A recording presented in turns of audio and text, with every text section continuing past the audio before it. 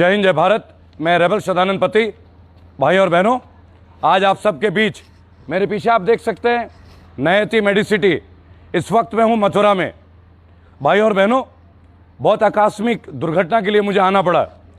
मेरे बिहार के कुछ साथी श्रमिक भाई और बहन एक बहुत ही दर्दनाक हादसे का शिकार होते हैं। 27 अगस्त के दिन रात के समय इनका एक्सीडेंट होता है मथुरा में।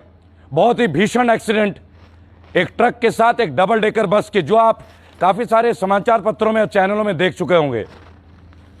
गुड़गांव से बिहार के दरभंगा जिले की तरफ जाते हुए बहुत ही भयानक हादसा, जिसमें बहुत सारे लोग गंभीर रूप से घायल होते हैं एवं काफ़ी लोगों की दर्दनाक मौत होती है। यहाँ मैं हूँ आज नयति मेडिसिटी में, मथुरा में, दरभंगा के गरीब परिवार के लिए, जिस परिवार ने एक सदस्य खो दिया, एक 6 वर्ष की मासूम बच्ची जो अपने प्राणों की आहुति दे चुकी है। आखिर कब तक हमारी सड़क व्यवस्था और आखिर कब तक दुर्घटनाओं में हमारी बहन बेटियां, हमारे भाई, हमारे बुजुर्ग अपने प्राण गंवाते रहेंगे।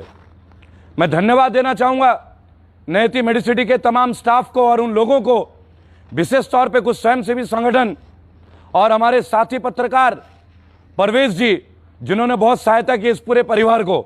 उनको अभी आपके सामने मैं कैमरे में भी लेकर अवश्य आऊँगा। भाइयों और बहनों, रात के 9:30 बजे की घटना, शायद ड्राइवर को नींद आ गई होगी। बहुत ही भयानक दुर्घटना, डबल डेकर बस का पूरा फट जाना, कई लोगों की मृत्यु होना और उसमें 6 साल की एक मासूम बच्ची की मृत्यु।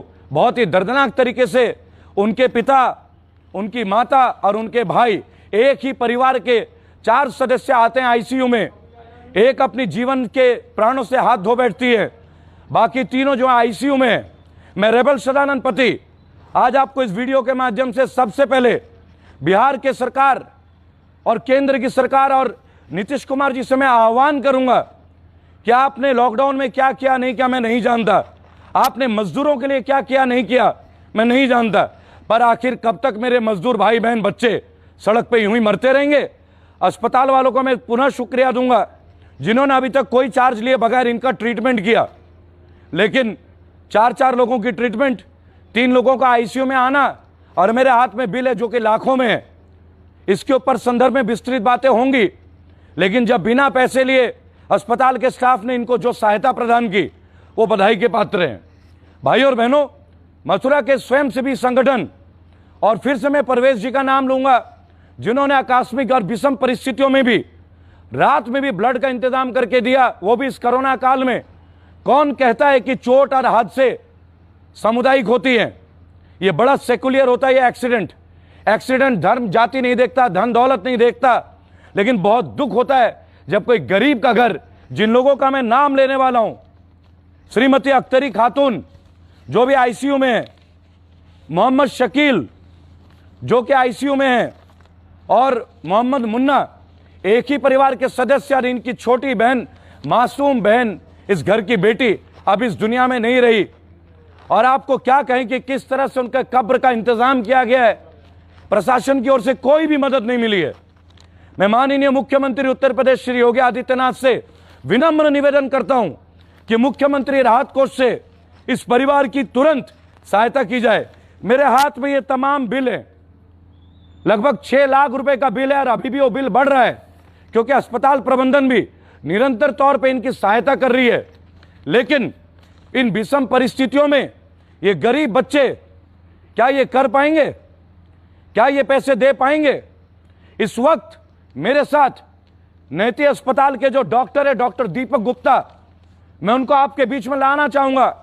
उनका 1 मिनट लूंगा और वो बताएंगे किन परिस्थितियों में ये मजदूर भाई बहन, जिसमें 15 से ज्यादा लोग बुरी तरह ग्रसित हुए हादसे में। पूरी बस के जितने भी लोग सवार थे, ज्यादातर लोग अस्पताल में, कई लोग गुजर चुके हैं।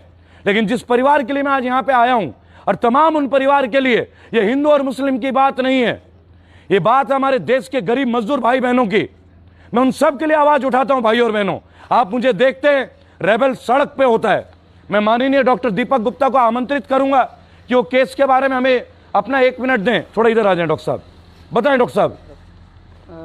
हमारे उसे 27 की रात्रि को हमें इंफॉर्मेशन मिली कि काफ़ी एक बस का कोई एक्सीडेंट हुआ है और उसमें काफ़ी पीड़ित लोग हमारे पास आ रहे हैं। जहाँ पर पीड़ित लोग आए, हमने तुरंत उनको उनकी वरीयता के हिसाब से, उनकी गंभीरता के हिसाब से उनको इमीडिएटली ट्रीटमेंट दिया।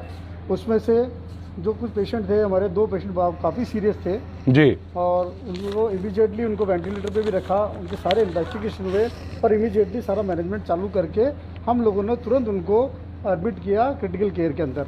उसमें से अभी भी लोग क्रिटिकल केयर में हैं, 3 लोग हैं, जिसमें एक अभी वेंटिलेटर पे है, मिस्टर शकील। उनकी स्थिति अभी भी गंभीर बनी हुई है। जो उनकी पत्नी है हाँ, श्रीमती अख्तरी खातून, वो पहले से थोड़ी बेहतर है, जैसा मुझे बताया गया। हेमोडायनामिक स्टेबल है, पहले से बेटर स्थिति में है जी। और मुन्ना भी बेटर स्थिति में है पहले से। जी, देखिए मुन्ना के बारे में जो बताया गया, मैं आपको बताना चाहूंगा कि एक ही परिवार के 4 सदस्य, जैसे कि डॉक्टर साहब ने कहा कि बहुत ही भयानक परिस्थितियों में वहां आए थे, इन्होंने तुरंत इमरजेंसी की सहायता भी प्रदान की।